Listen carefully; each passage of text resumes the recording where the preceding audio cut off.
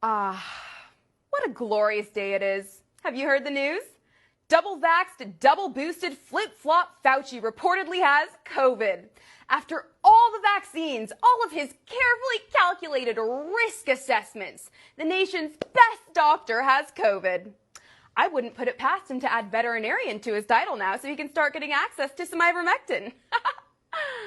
But in all seriousness, there's a 99% recovery rate from COVID, so unfortunately we are going to see Fauci back on his feet in no time, doing mainstream media interviews, spewing the same copy-paste script we've heard from all of his bureaucrat buddies. I got COVID even though I was triple vax and up to date, but thank God because it would have been much worse if I hadn't. I wonder if that's what the kids are going to say when they get COVID after having been forcefully vaccinated by their brainwashed parents. The reason I bring up children is because just one day prior to Fauci contracting the most dangerous and deadly virus in history, the FDA announced that they will more than likely be authorizing the poison for babies as young as 6 months. Yes, you heard me correctly. 6 months. You'd think that after all of these elites contract COVID, even after having 2, 3, 4, 5 shots, people might actually start using their brains. Isn't it common sense to deduce that if you can still get it and you can still spread it, then maybe, just maybe, those shots aren't actually doing what they're supposed to? Silly me. Who am I kidding? Common sense is gone. Logic, it's left the building.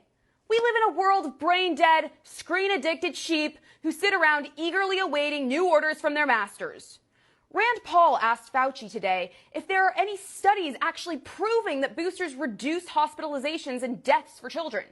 Fauci's answer? Take a look. Dr. Fauci, the government recommends everybody take a booster over age 5. Are you aware of any studies that show reduction in hospitalization or death for children who take a booster? Right now, there's not enough data that has been accumulated, Senator Paul. It's time to wake up, people. Get out of your metaverse and join us back here on Earth. All you have to do is follow the money. Tens of billions of dollars were spent to rush through the approval process. The only people benefiting from this garbage are the makers of the product, the pharmaceutical companies, and all of the fraudulent doctors and politicians that continue to push it. When we have seen time and time again that it actually does more harm than good.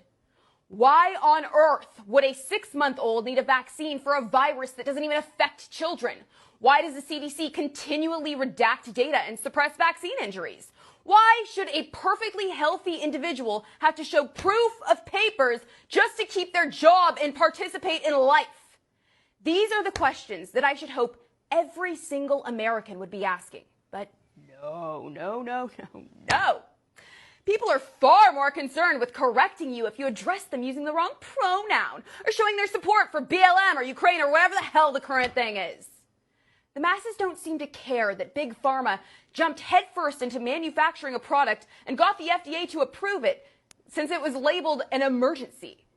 Pro tip, liberals, when the government uses the word emergency, it's actually code for taking away your rights. And I can tell you right now that no one in the gulag is going to give a flying you-know-what when you demand to be called they, them. But hey, what do I know? I'm just some whack job conservative bimbo for simply trying to point it all out. Well, that's my rant for you today.